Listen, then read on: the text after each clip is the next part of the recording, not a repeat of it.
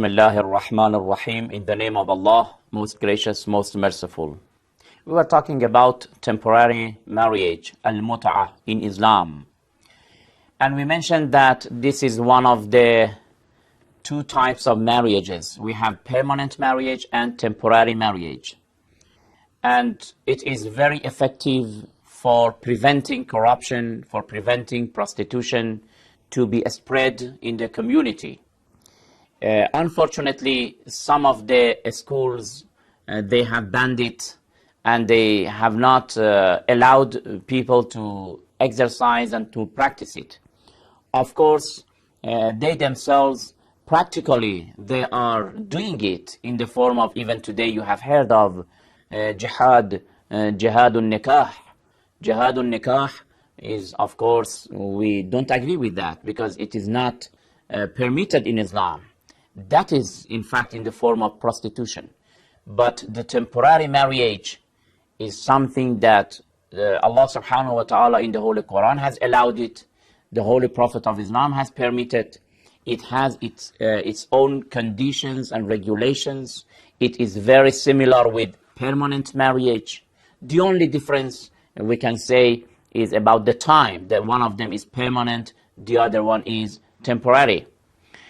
Among the Sunni scholars, some of them have claimed that this type of marriage is abrogated because it was in the time of the Holy Prophet of Islam, but then it is abrogated.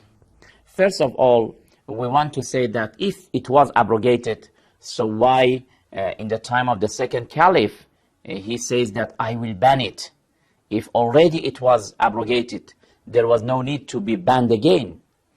And if it was abrogated, why the companions of the Holy Prophet of Islam were practicing it, were exercising it, even in the time of the first caliph, while it was abrogated?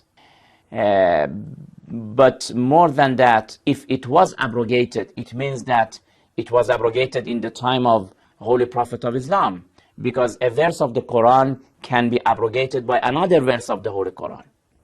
And the whole Quran was revealed in the time of Prophet Muhammad while he was alive. If it was abrogated, it should be mentioned by Prophet Muhammad sallallahu alaihi wasallam, and he himself bans it and forbids it and does not allow the companions to practice. But none of these happened. What is the reason of these people who say that the temporary marriage is abrogated? They usually say that the abrogator verse is the verse which is located in chapter 23, verse 5 and 6. I read the verse first. It says, وَالَّذِينَ هُمْ لِفُرُوجِهِمْ حَافِظُونَ إِلَّا عَلَىٰ أَزْوَاجِهِمْ أَوْ مَا مَلَكَتْ أَيْمَانُهُمْ فَإِنَّهُمْ غَيْرُ مَلُومِينَ. The believers are those who restrain their sexual passion save with their wives of free women or those slave girls whom they have possessed.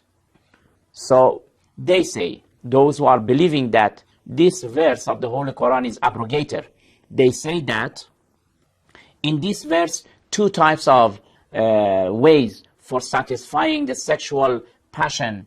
The first way is marriage, and the second way is milkul yamin. Milkul yamin means that those girls who were slaves and it was allowed for Muslim to marry them. And they say that in this holy verse there is no mentioning of the temporary marriage. It means that only we have these two types of marriages, and temporary marriage is excluded, and in fact it is abrogated. To answer to these brothers and scholars, we have to mention that please pay attention that when you are talking about the issue of abrogation, it means that we have one verse which is abrogated and we have another verse which is abrogator. The abrogator verse, as far as the time is concerned, it should be revealed after the verse which is abrogated. Otherwise it doesn't mean.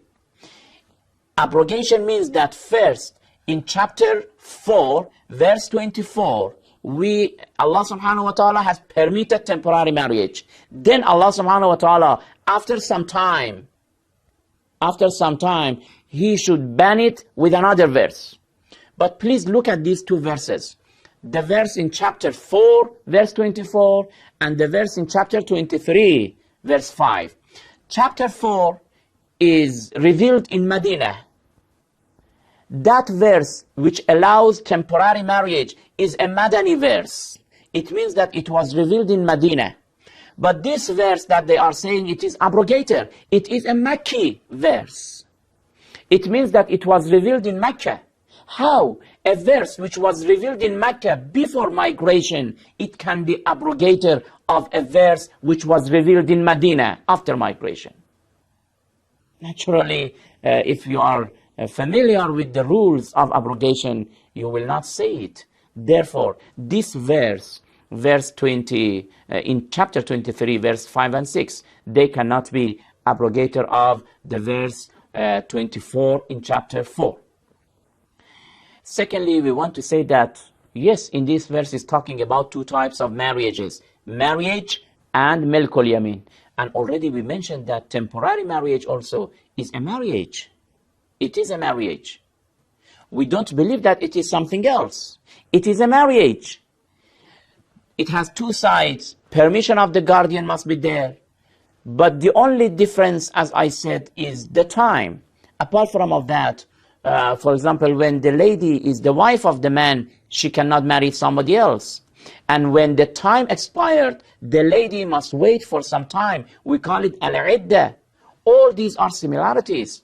Therefore, temporary marriage also is included in this verse. But apart from all that, we said that this verse is revealed in Mecca, and the verse of temporary marriage was revealed in Medina. Also, they say that the verse of inheritance is abrogated. That one also is not revealed after the verse of temporary marriage, but it was revealed before it. Therefore, that one also cannot be abrogated. Anyway, brothers and sisters of Islam, why do we want to deny the sun, to deny the realities, to deny the very obvious things, something that the Holy Quran has permitted, the Holy Prophet of Islam has permitted? Nobody can ban it, nobody can stop and reject it. We have to follow, because halal Muhammadin halalun ila yawm al-qiyamah. What is permitted in the time of Prophet Muhammad is permitted forever, and what is banned forever. Therefore, temporary marriage with its all conditions and regulations is lawful, and it is totally and completely different with the issue of prostitution. These were some of the programs we produced about the rights of women in Islam. We will continue with other topics about the Islamic teachings. Until then, thank you very much. Wassalamu alaikum wa rahmatullahi wa barakatuh.